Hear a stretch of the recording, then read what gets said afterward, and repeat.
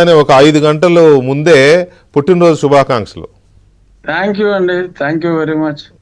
ఊహించని 2021 మే 14 నాడు ఊహించని ఘటన జరిగింది కదా మీ పుట్టినరోజు నాడు. సో ఈ ఈ ఈ పుట్టినరోజా కొట్టిన రోజా అనే చర్చలోకి వెళ్లే ముందు ఏంటి రేపటికున్న ప్రత్యేకత ఏంటి? ఎన్నో పుట్టినరోజు చెప్పదలుచుకుంటే చెప్పొచ్చు, మీకు ఇష్టమైతే చెప్పండి. నేను 62 కంప్లీట్ అయినాయి. ఓహో, రేపు 62 కంప్లీట్ అవుతాయా? అవుతాయి. ఓకే, ఒక్కసారి 2021 మే 14 జరిగినది గుర్తు చేసుకుని ఆ రోజు ఏం జరిగింది ఒకసారి చెప్పండి. తర్వాత మిగతా డిబేట్ తర్వాత వెళ్దాం. ఆ రోజు ఏం జరిగింది? ఆ రోజు నేను యథాప్రకారం ఇందాక మీరు చెప్పిన దాంట్లో ఆల్మోస్ట్ అన్ని, నేనేదో ఒక గుడికి వెళ్తాను, నా భార్య ఆవిడ కొంచెం ఎక్కువ గుళ్ళకి వెళ్తుంది, చాలా అనాథాశ్రమాల్లో లెప్రసీ ఏరియాలు కొన్ని ఇంకా స్టిల్ దేవర్ ఎగ్జిస్టింగ్, అట్లీస్ట్ భీమవరంలో, చాలా చోట్ల హైదరాబాద్లో ఒక 4-5 అనాథాశ్రమాల్లో భోజనాలని, కొన్ని చోట్ల బట్టలు, ఇది అవన్నీ ఉదయం కార్యక్రమాలు. జనరల్గా నేను ఈ రాజకీయాల్లోకి రాకముందు నా బర్త్డే పార్టీ అంటే హైదరాబాద్లో suppose to be one of the best party. అందులో ఎటువంటి అనుమానం లేదు. కదా మీ పార్టీలో అదంతా అది బహిరంగ రహస్యమే. సో అలాగా మీరు చెప్పిన ఆల్మోస్ట్ అన్నిటిలో అన్నీ ఉంటాయి పొద్దునుంచి సాయంత్రంలోగా.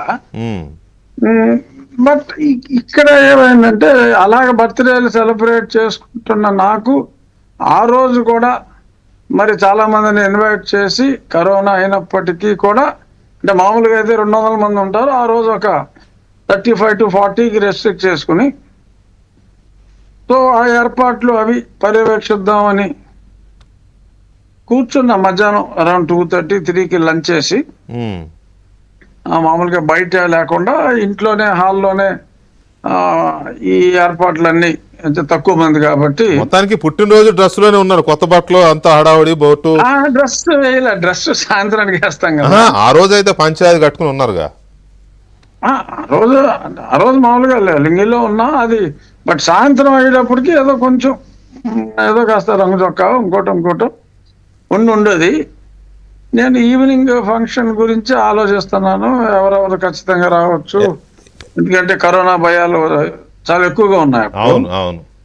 అయినా సరే ఎవరెవరు వస్తారు అనేది ఆలోచించుకుని. ఎక్కడ ప్లాన్ చేశారు పార్టీ? ఇంటి దగ్గర ప్లాన్ చేసుకున్నారా, బయట ఎక్కడైనా ప్లాన్ చేసుకున్నారా? ఇంటి దగ్గర. ఆ టైంలో మామూలుగా కూడా నా బర్త్డే పార్టీలు ఎక్కువ నా ఇంట్లోనే, ఎందుకంటే నాకు వెనకాల పెద్ద గార్డెన్ ఉంది. సో దట్ కెన్ అకామిడేట్ 150 మంది అయినా 200 మంది అయినా ఇబ్బంది లేదు. ఎక్కువ నా డిన్నర్లన్నీ ఇంట్లోనే ఉంటాయి హోటల్స్ కన్నా. సో ఎవరన్నా ఫ్రెండ్స్ రావాలన్నా, వివిఐపీలు రావాలన్నా, they would prefer home. So అలా అదే రకంగా ఆలోచించుకుంటూ ఉంటే సడన్ గా 25 to 30 పీపుల్ వచ్చి పడిపోయారు లోపలికి. అందులో విజయపాల్ ఒకడు పెద్ద పొట్టేసుకుని వచ్చేసాడు. సో వచ్చి ఇదిగో విజయపాల్ సిఐడి నుంచి వచ్చాం. సిఐడి మీకు నాకు ఏంటి సంబంధం అన్నా. సో అంటే లేదు, కమ్ టు అరెస్ట్ యూ. దేనికి చెప్పాల్సిన అవసరం లేదు అన్నారు. సరే, మా సిఆర్పిఎఫ్ వాళ్ళు అడ్డం కొట్టారు. సో ఇక లోకల్ పోలీస్కి ఇన్ఫార్మ్ చేశారా అంటే, అప్పుడు ముందే లోకల్ పోలీసు వీళ్ళందరూ మాట్లాడేసుకున్నారు. అప్పటికే అయిపోయింది. తర్వాత తెలిసింది జగన్మోహన్ రెడ్డి కేటీఆర్తో మాట్లాడాడు, కేటీఆర్ మహేందర్ రెడ్డితో మాట్లాడాడు, మహేందర్ రెడ్డి లోకల్ కమిషనర్ ఆవిడకి వచ్చి చెప్పాడు. ఇదంతా అయిపోయింది, ఆ సీన్ అంతా అయిపోయింది. వాళ్ళు ఫుల్గా సెట్ అయిపోయారు. బట్ ఏదో అప్పటికప్పుడు ఏదో లోకల్ పోలీస్ స్టేషన్కి మాట్లాడినట్టు ఆ లోకల్ వాడు వచ్చి మళ్ళీ ఏదో మాట్లాడి, మరేదో అరెస్ట్ అంటున్నారు, సిఆర్పిఎఫ్ వాళ్ళు, యూ కెనాట్ అబ్జెక్ట్ అని చెప్పి వీళ్ళకి చెప్తే, సో వీళ్ళు okay we will follow him if arrest is there అని చెప్పి, సో వాళ్ళు వెనకాలే వచ్చారు. ఇంకా లిటరల్గా అప్పుడు వీడియోలు కూడా ఈలోపు ఎవరో మా వాళ్ళు మీడియాకి ఫోన్ చేయటం, మీడియా అందరూ కూడా చాలా ఫాస్ట్గా ఒక 20 నిమిషాల్లో 25 నిమిషాల్లో మీడియా వాళ్ళు రావటం. ఆ మీడియా వాళ్ళు అందరూ చూస్తూ ఉండగానే ఈవిడ విజయపాల్ గారు నన్ను ఆల్మోస్ట్ ఎత్తలేకపోయాడు. నేను ఆడితో అంటే నేను కొంచెం హైట్ ఎక్కువ, ఆడంత బండవల్ల కనపడను కానీ నన్ను ఆల్మోస్ట్ ఎత్తినంత పని చేసి విజువల్స్ మార్చమను. తోసేశాడు వెహికల్లోకి తోసాడు. చాలా వరుసగా ట్రీట్ చేశారులేండి. సో ముందు సెంటర్లో కూర్చోమంటే సెంటర్లో నేను కూర్చోనన్నా. తర్వాత నేను సెంటర్లో కూర్చో, నాకు అటు ఒకడు ఇటు ఒకడు, ఏదో నేను బండి దూకి పారిపోతాను అనుకున్నట్టు. లేదు ఇలాగే కూర్చోవాలి రూల్ అన్నాడు. ఇవే నేను సైడ్గా కూర్చుంటాను అని చెప్పి అన్న తర్వాత సరే నన్ను ఓ సైడ్ కూర్చోబెట్టి, సో ఆ పక్కన ఒకడు కూర్చున్నాడు, వెనకాల ఒకడు కూర్చున్నాడు. సో ఎదురొక డిఎస్పీ ర్యాంక్ ఆఫీసర్ ఉన్నాడు. సో అలా వేసుకుని మిమ్మల్ని మందులు అవి కూడా తీసుకొని ఇవ్వలేదు కదా? వెనకాల మీ అబ్బాయి వీళ్ళు ఫాలో అయినట్టున్నారు. వాళ్ళ కారులో ఫాలో అయ్యారు. ముందు అసలు ఏమి చాలా ఏంటి అసలు ఏదో పెద్ద ఒక తీవ్రవాదిని అరెస్ట్ చేసినట్టు ఏదో హడావుడిగా వచ్చేసి నోటీస్, ఉగ్రవాది నా ఫోన్ ఏమో టక్కన లాగేసాడు Vijaypal. They are not suppose to take the phone అంట. సో వాళ్ళు ఫోన్ లాగేశాడు. లాగి మళ్ళీ సరే ఆ ఫోన్ తీసుకున్నట్టు మళ్ళీ రాత్రి నేనే నెక్స్ట్ డే మార్నింగ్ నేనే అతనికి సార్ ఈ ఫోన్ తీసుకోండి సార్ అని చెప్పి నేను ఇచ్చానని చెప్పి రిపోర్ట్ ఒకటి రాసుకొచ్చాడు.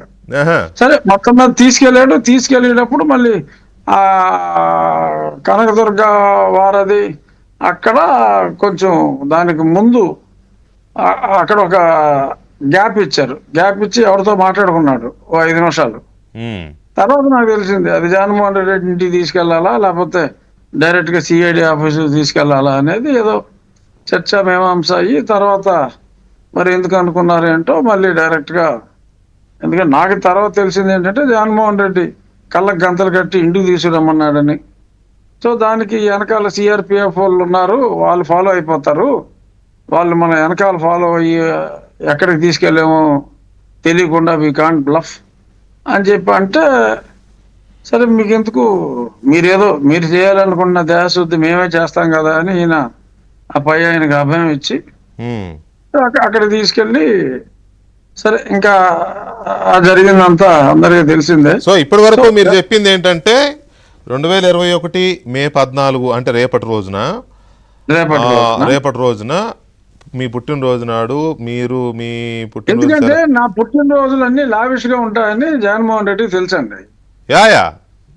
అది అందరికీ తెలుసు, జగన్కి ఎక్కువ తెలుసు, అందరికీ తెలుసు. సో అతనికి ఏంటంటే నేను అనుకోకుండా దానికి 2 రోజులు, దానికి ఒక 10 రోజుల ముందు నాకు కరోనా వచ్చింది. I just came out of corona. అప్పటికి జస్ట్ వారం అయింది నేను